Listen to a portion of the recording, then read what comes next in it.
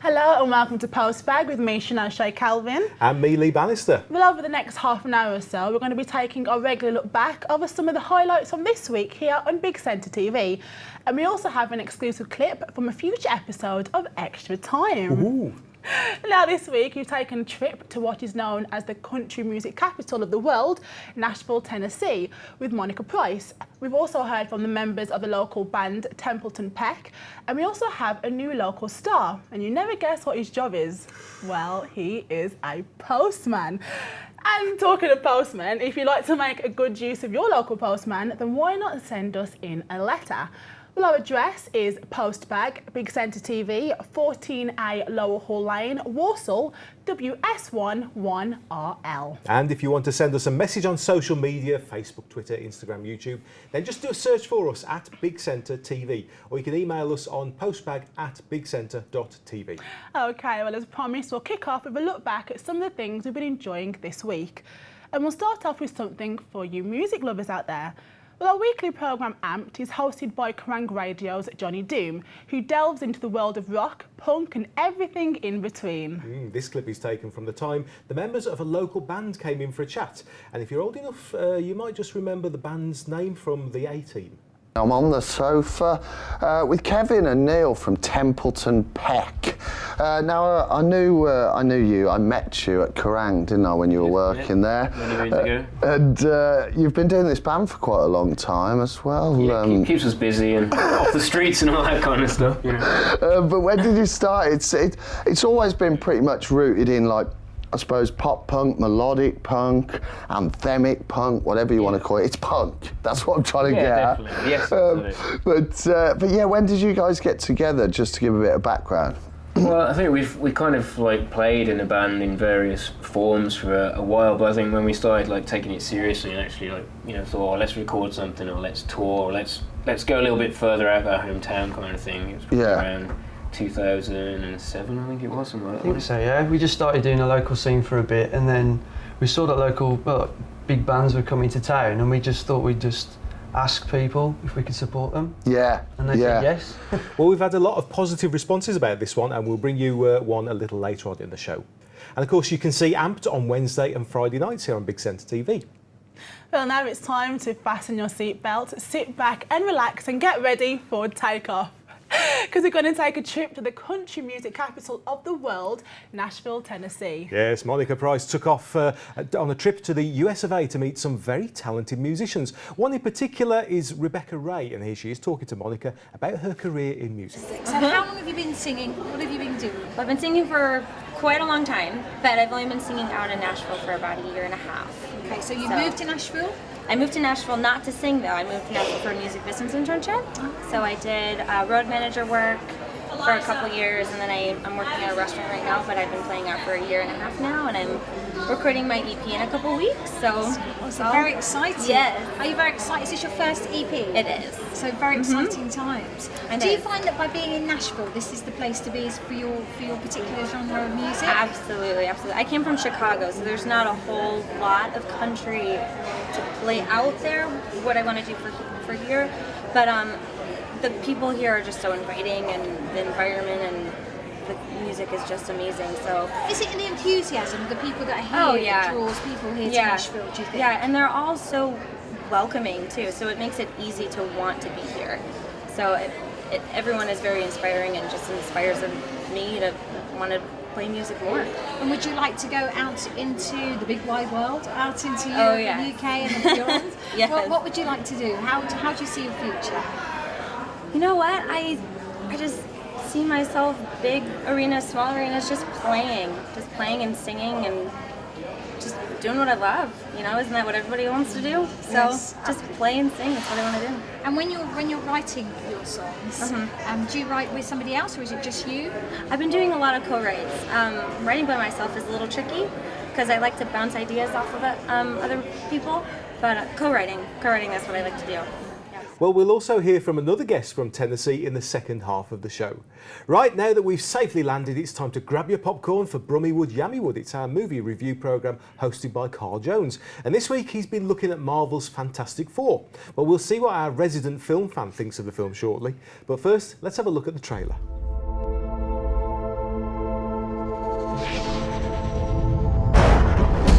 tragic accident.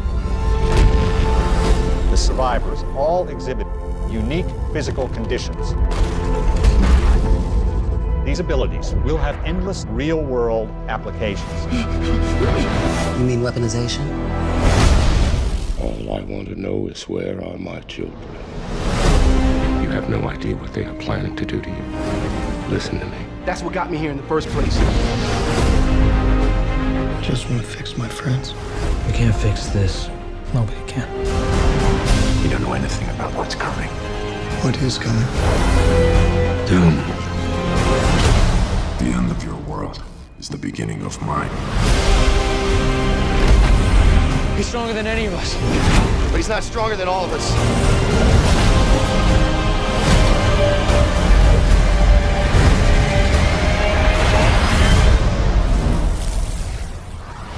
Well, joining us now to talk about the film Fantastic Four is our resident film fan. It's Dalian Watson. Hello. Hello. You're right. Welcome Yes. to Postbag, Dalian. Thank you for having me. Well, what did you think of the film then? Well, I thought the film was very disappointing, really. Really?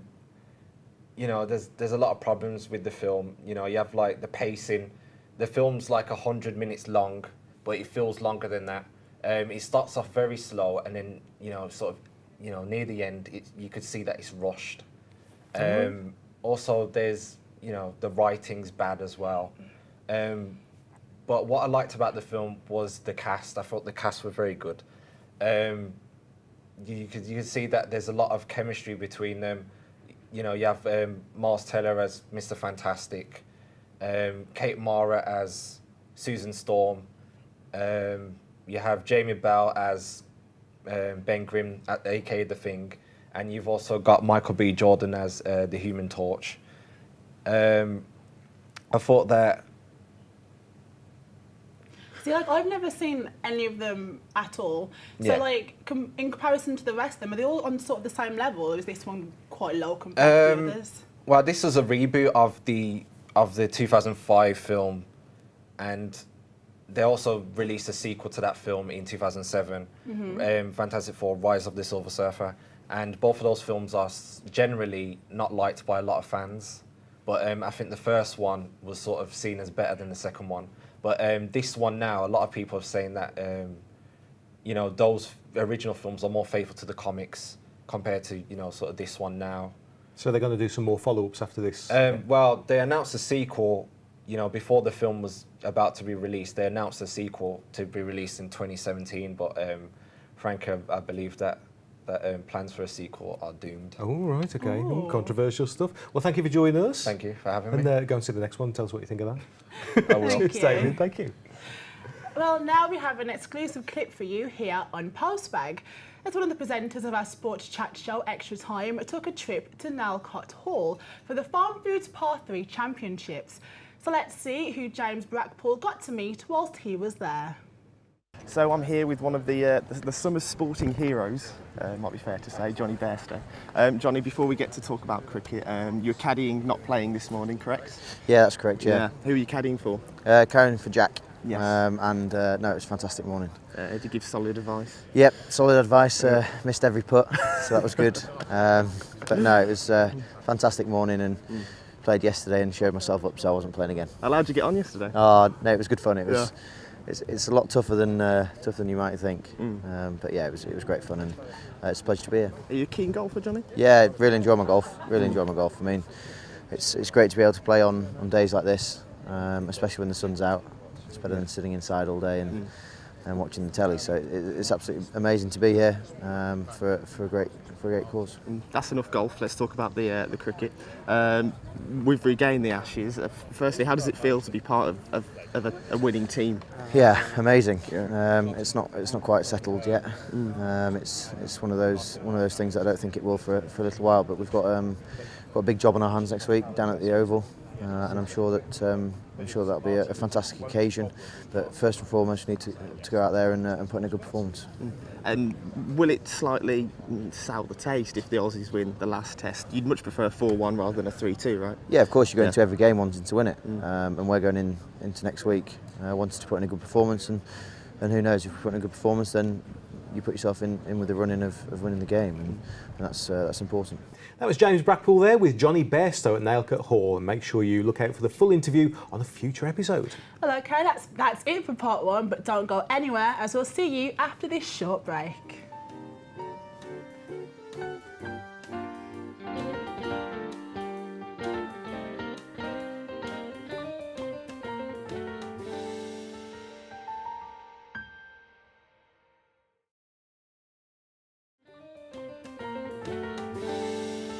Hello and welcome back to Postbag with me, Shanae Calvin. And me, Lee Bannister. Well, it's now time to delve into the Postbag to see what you've been saying to us, and Crossroads is up first.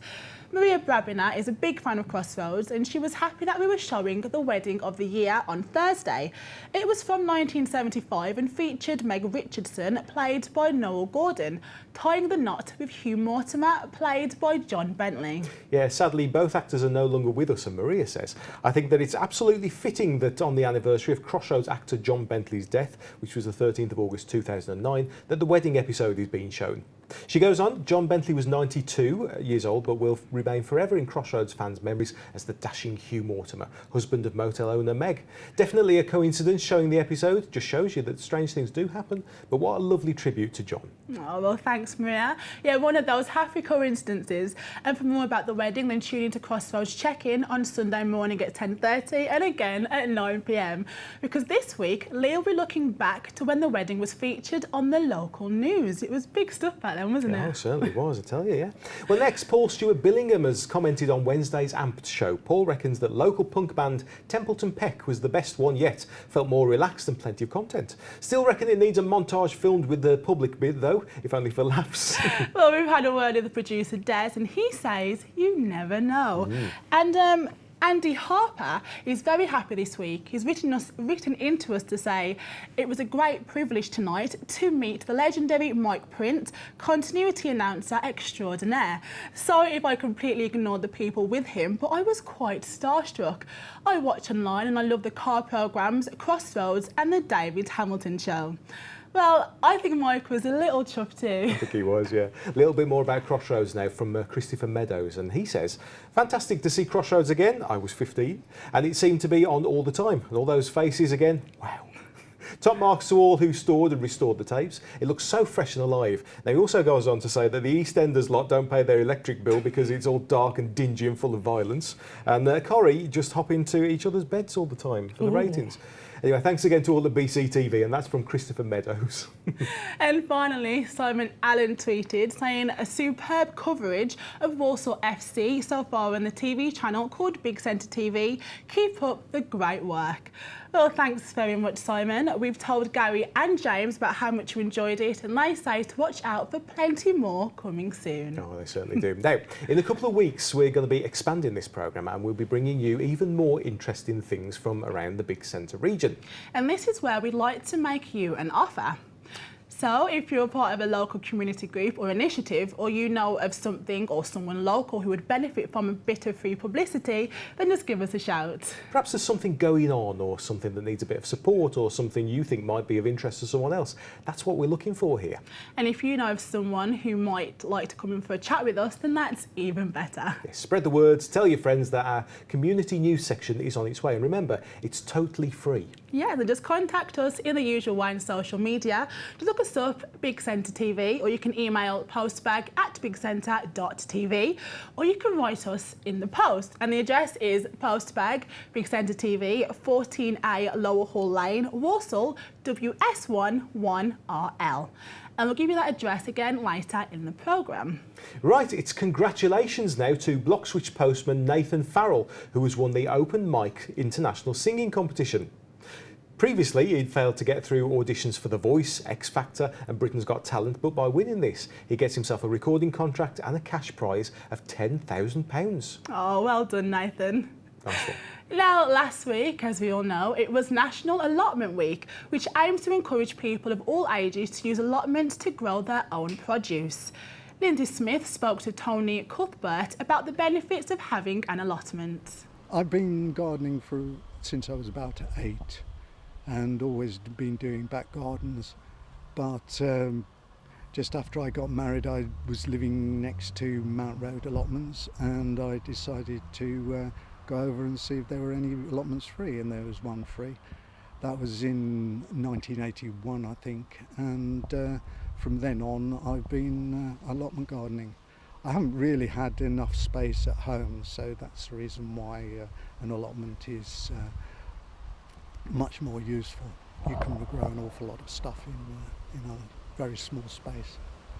And what kind of things have you grown on your allotment?